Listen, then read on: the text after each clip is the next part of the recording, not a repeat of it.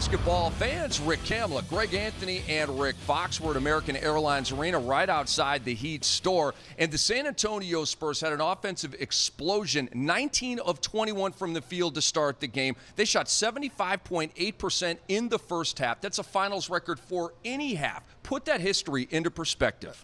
For me, it was the best half of basketball I've ever seen played in the NBA Finals. I just have never seen a team as connected, as in good a rhythm, as intense as we saw, and efficient. You know, you talked about 19 of 21. That is just hard to really put your head around just how good they were for 24 minutes. And on the other side of the ball, the two-time defending champions didn't have a historical defensive letdown, but at the same time, it wasn't one they would be proud of.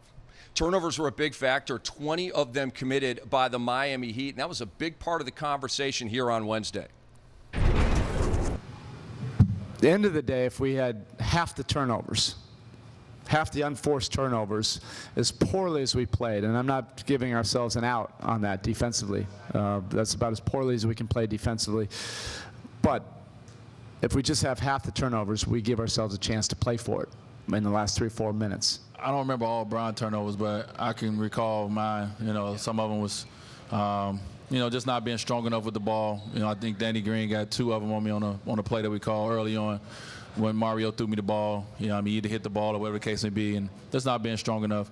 And, you know, some of it is, yeah, you know, you get down 15, 20, sometimes you're trying to do too much, you know, as well. But we can't have that. You know, we want to win ball games. Myself and LeBron got to do a better job of, you know, getting our teammates better looks and being more aggressive ourselves at the same time. So, you know, us having 12 turnovers together, that is not winning basketball for us at all.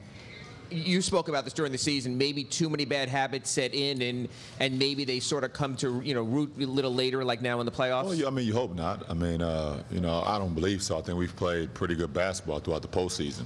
You know, so I don't believe they'll come back. So, you know, that was something we was going through in the regular season. We pretty much cleaned up.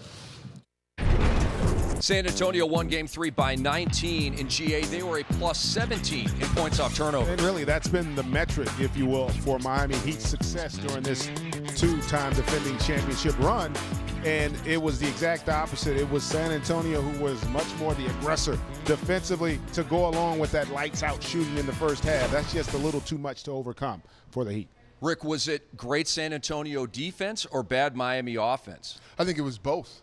I think you got an uncharacteristic turnover count from their 2 best players, as they pointed and alluded to. But that led to a lot of uncontested shots in transition for the Spurs, which got them out of the gates on a solid shooting percentage. And at that point, then I think the turnovers increased because the Heat tried to do too much on their own individually. The San Antonio Spurs have shot nearly 60% in winning Game 1 and Game 3.